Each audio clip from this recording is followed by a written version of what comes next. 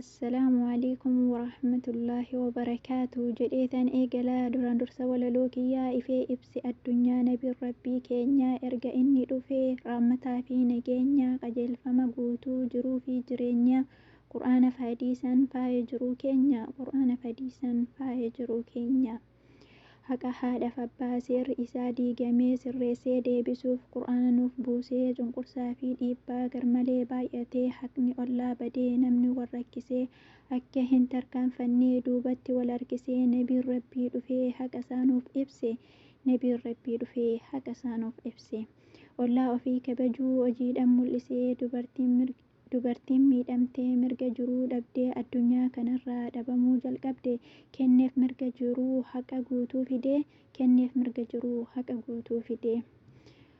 qur'aana nuuf labsee zulmii hunda didee osoo nuuf hin dhufne silaa nabiin keenya dukkana jaahiliyyaa sanatti hafneerra alhamdulillaahi tola rabbii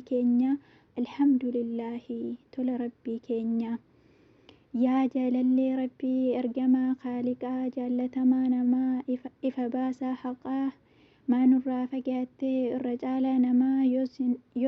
yoon si arguu baadhee barbaacha keen deema har'a yoon si dhabees walagarra qiyaamaa ollaa kee akkan ta'uu jeennata keessatti lubbuun koo akka gammaddu dhuftee si biratti. Assalaamu alaikum warahmatullaahi wabarakaatu.